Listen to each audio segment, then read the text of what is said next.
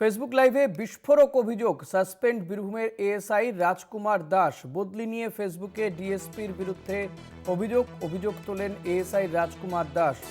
অভিযোগ প্রমাণে ব্যর্থ সাসপেন্ড এএসআই। শতাব্দী রায়কে ঘিরে বিক্ষোভের দিন দায়িত্ব ছিল, সেই দিন ডিউটিতে যোগ দেননি রাজকুমার দাস। বদলি নিয়ে ফেসবুকে ডিএসপির বিরুদ্ধে অভিযোগ তোলেন এএসআই রাজকুমার দাস। বদলি নিয়ে ফেসবুকে ডিএসপির বিরুদ্ধে অভিযোগ তোলেন এএসআই রাজকুমার দাস।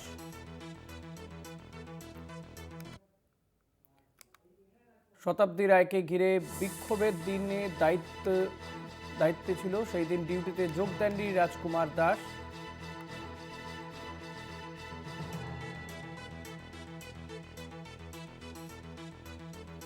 অভিযোগ তোলেন এএসআই রাজকুমার দাস। ফেসবুক লাইভে বিস্ফোরক অভিযোগ, সাসপেন্ড বীরভূমের এএসআই রাজকুমার দাস। ঋতুভাষ চট্টোপাধ্যায় রয়েছে। ঋতুভাষ, ঠিক কি অভিযোগ করেছেন ফেসবুক লাইভে এসে এএসআই রাজকুমার দাস?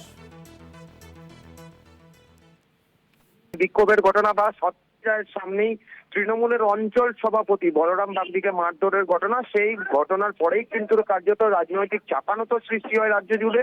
এবং সেই ঘটনার পরেই দেখা যায় যে সিউড়ি থানার আইসি সঞ্চয়ন বন্দ্যোপাধ্যায় এবং সিউড়ি থানার একজন এএসআই রাজকুমার দাস, দুইজনকে কিন্তু অন্য থানাতে ট্রান্সফার করা হয়। এবং সঞ্চয়ন বন্দ্যোপাধ্যায়কে প্রথমে সিউড়ি থানার আইসি থেকে অতিরিক্ত পুলিশ সুপারের আন্ডারে নিয়ে যাওয়া হয় এবং পরবর্তীকালে পাইকর থানার দায়িত্বভার কিন্তু তার হাতে দেওয়া হয়। অন্যদিকে এই যে এসআই রাজকুমার দাস, তাকে কিন্তু সিউড়ি থানা থেকে মারগ্রাম থানায় পাঠানো হয়।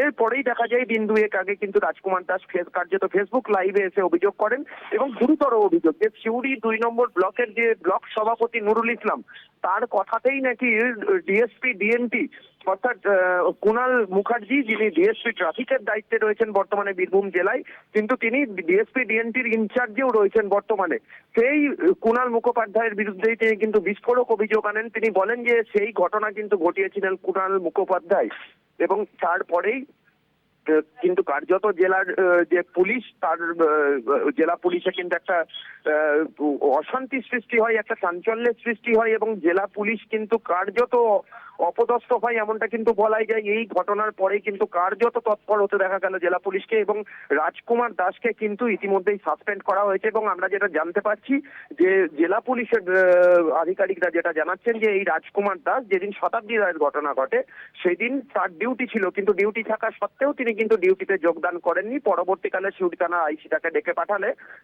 পুলিশ ডিপার্টমেন্ট কিন্তু জানতে পারে তিনি বাড়িতে বসে রয়েছেন ডিউটি কামাই করে। এই ঘটনার প্রেক্ষিতেই কিন্তু তাকে সাসপেন্ড করা হয়েছে এবং পরবর্তীকালে পুলিশ জানিয়েছে যে তার বিরুদ্ধে যে ডিপার্টমেন্টাল প্রসিডিং সেটা কিন্তু শুরু হবে। ঋষিকেশ, ধন্যবাদ ঋতুভাষ। কথা বলছিলাম প্রতিনিধি ঋতুভাষ চট্টোপাধ্যায়ের সঙ্গে।